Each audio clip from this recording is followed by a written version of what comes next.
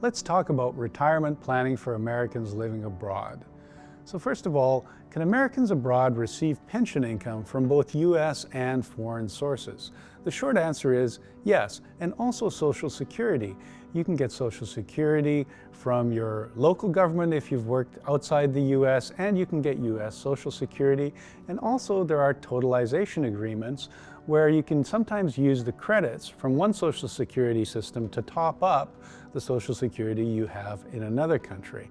And what's especially nice is that as of about a year ago, they did away with what's called the windfall elimination provision, which was a way of actually limiting U.S. Social Security benefits if you received income from another country in the form of a pension or government benefit. So that's gone now. How do foreign pension plans coordinate with U.S. retirement accounts? Well, for one thing, you can access them typically at different ages. For example, a British pension can generally be accessed at age 55, whereas a U.S. retirement account can be accessed penalty-free from age 59 and a half. Also, there are different forms of these benefits. Again, in the UK, you get what's called a pension compensation lump sum, which is 25% tax-free, which, by the way, is also federally tax-free in the US, although not state tax-free if you're subject to US state taxes. And so in the US, we don't get a tax-free amount unless it's a Roth account, maybe. But again, we have a different age that we can access these pension plans at. And then what tax reporting obligations remain in retirement as an American living abroad? And so some strategies that help minimize double taxation in retirement can be, for example, that you take your pensions at different times so that you don't have you don't have a bunch of income coming in the same year. You might stagger these pension accounts, for example. So that could be one strategy. Another strategy might be that you take tax-deferred accounts. So you have to make sure that your accounts actually are tax-deferred. Roth accounts come to mind. So you might take tax-deferred money at a different time as tax-free money.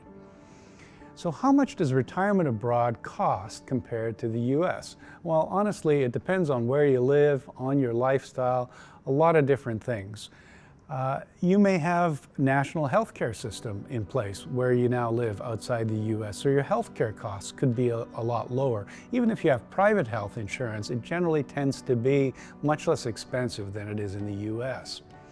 In many places outside the U.S., you can live off of your U.S. Social Security. You know, Social Security in the U.S. was not intended to allow you to live, to be honest. It was intended to replace about 40% of the income you had as an employee. That's what the intent was behind U.S. Social Security. But in many parts of the world, which are much lower cost, you can live off of that Social Security. Generally, taxes outside the U.S. might be higher. As a U.S. expat, you generally end up paying the higher of the U.S. taxes or the local taxes. Unfortunately, as a U.S. citizen, you're always subject to U.S. taxation. And in many places like Europe, income taxes tend to be higher. So what countries offer favorable tax treatment for retirees? Well, it's impossible to go through all of the countries, but some of the things to be aware of is that some countries tax only local income, especially if you're on a certain type of visa. For example, in Spain, you have something called the Beckham Law or a Beckham visa, put into effect for the famous soccer player who worked for Real Madrid for a while. And so that will exclude your U.S. source income for a number of years, even though you're living in Spain. So there might be something like that in place depending on the type of visa you might have. As I already mentioned, U.S. expats tend to pay the higher of the two tax rates, local or U.S. So even if you move to a place like the Middle East where they might not have any income taxes at all, you still end up paying the U.S. taxes. You can never escape the U.S. taxman, sadly for you, unless you give up citizenship, and that's a whole different kettle of fish. So then how do you actually access U.S. Social Security when you're living abroad? Is that problematic?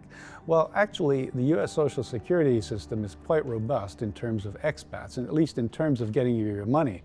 Often that money can even be paid into a non-U.S. account, sometimes in local currency if it's a major world currency. However, you may find it useful to set up something like a WISE account or some other currency brokerage account where you can have the payments go to that, then you can convert it to your local currency at a decent rate. These currency transfer services usually offer decent conversion rates. So you could have it go to a Wise account and from there to your local account in euros and pounds or whatever it is you want. There's also some difficulty in accessing the Social Security website from abroad, so that's a different problem, and it has to do with two-factor authentication and the fact that you might need a US address. Social Security Administration is working on this, but it's still far from perfect. So how do you budget for currency fluctuations in retirement? Because currencies go up and down, and if you're living in an emerging market country, especially something like Mexico or Brazil or Argentina these days, well, you could even have a devaluation that you need to deal with. So what you should do, what we suggest you do, is you keep your investment dollars in the US or at least in a major currency. And then you just bring money over, and you can use an ATM card sometimes. You can wire money periodically to your local bank account and spend it. So that's one way to deal with currency fluctuations. I mean, there are other ways, like if you're buying a property, you can maybe do what's called a forward contract, where you exchange the money ahead of time if you're buying that property in a foreign currency, say a year down the road, and you can lock in the exchange rate. Those are a couple of ways of dealing with currency fluctuations. What about healthcare costs? How do they affect you in terms of retirement planning? Because healthcare is a big issue, especially as you get older.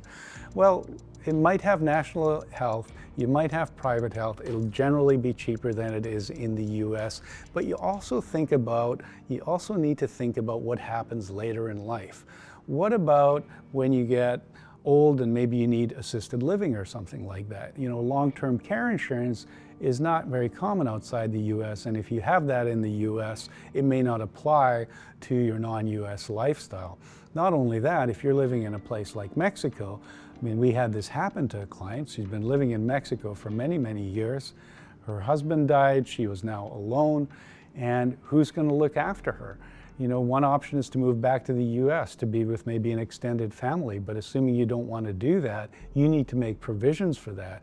There might be assisted living available locally at a much more reasonable cost than the US, or maybe you have some neighbors who look after you.